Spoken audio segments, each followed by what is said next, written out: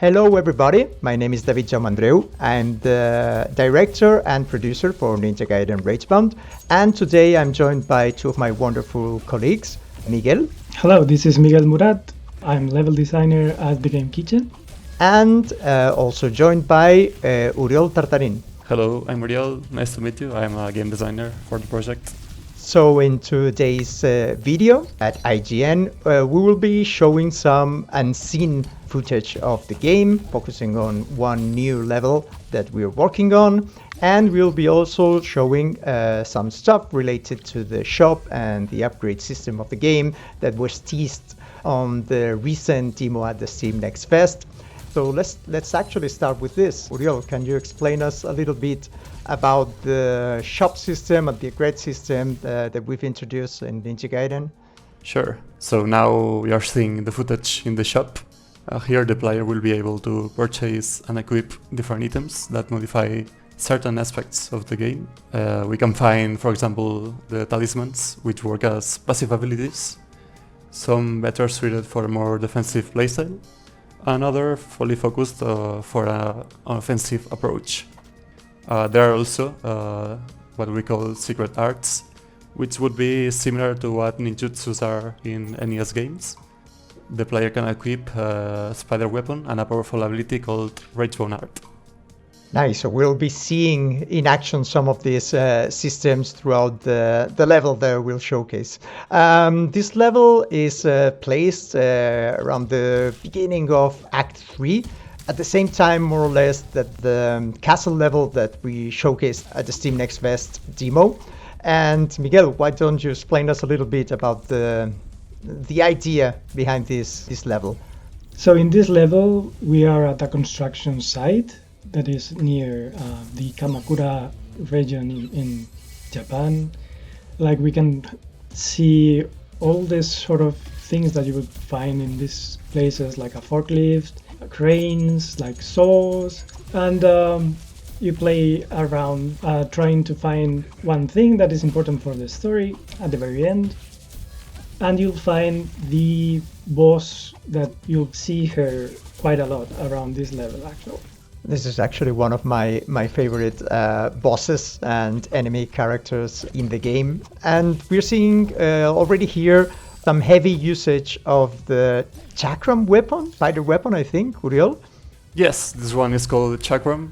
As I said before, player can equip what are called spider weapons, which are ranged weapons that each one has different properties. In this case, the chakram is a projectile which is thrown forward, piercing enemies, and then moves backwards midways until leaving the screen.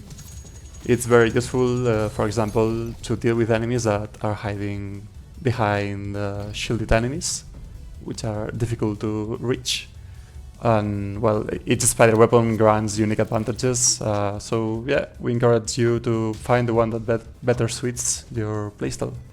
I think that with the different passive abilities, the talismans, and the more aggressive abilities that are provided by Komori, everybody can get like a very different build, right? Uriol, we have like a more survivability build, get through like harder levels, a more challenging build if players want to play searching for a better score.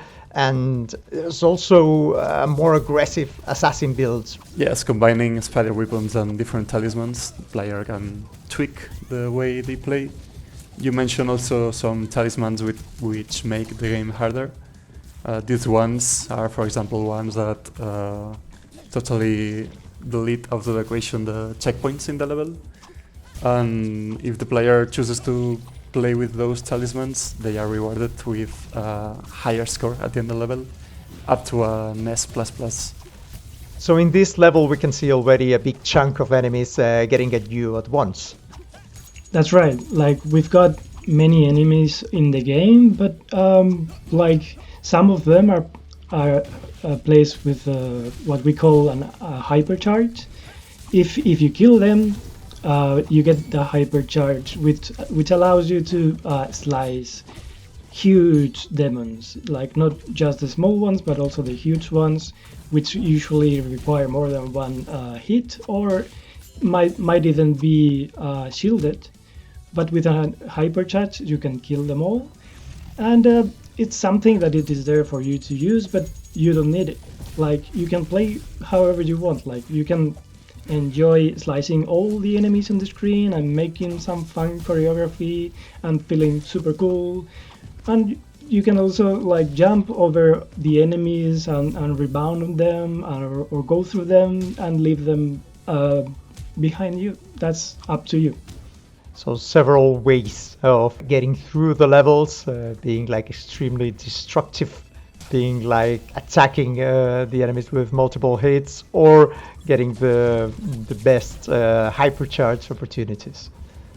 So here's Rivashi. We see her previously in the game. We don't want to make some spoilers, but here she's back, putting things a little bit more difficult. Yes, that's right. So in the game we have some sections that change a little bit how we play the levels. So it's more fun, more fresh. So in this part, for instance, like you have to hide behind walls and elements of the screen so you don't get wiped out by the boss. But we are also getting hard in the hard mode. Isn't that right? Yes, we are also getting a hard mode. So we've rebuilt the levels. Like, the levels are the same, but we've made it different for the hard version of the game. It's not just like making the enemies getting more health points from you, but they also attack a little bit different.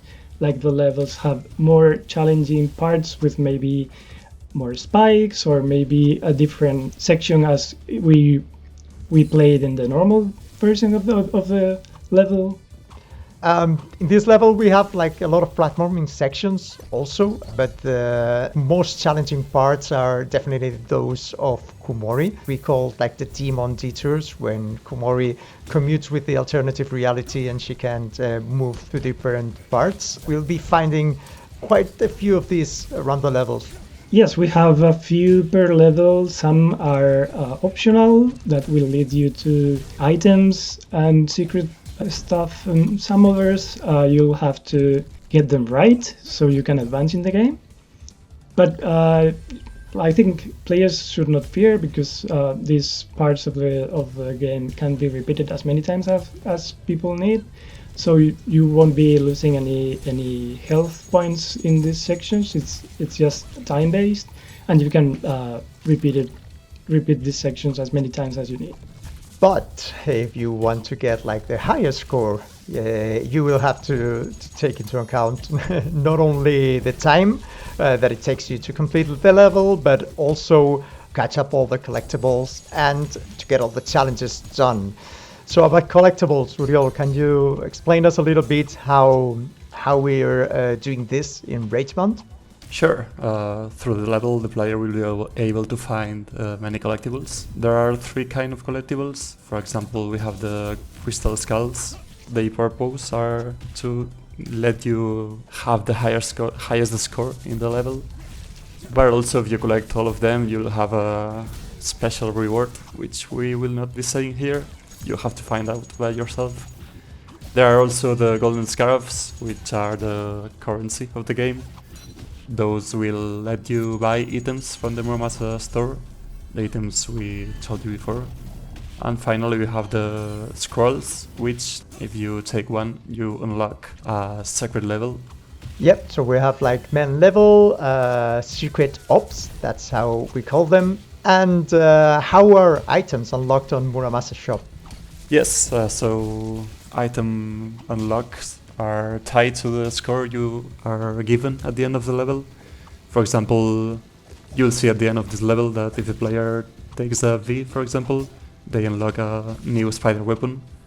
So yeah, we encourage you to get the highest score in order to unlock the best items in the game. Okay, so talking about the Ragebound arts, you can see next to the health and key bars, there are some red orbs. Those are the rage orbs, which if you replenish them, you will be able to use a Ragebound art. Ragebound arts consume all those orbs and lets you use a powerful ability. We have many different abilities, each one for a different playstyle. For example, we have some offensive ones, which are a screen clearing attack.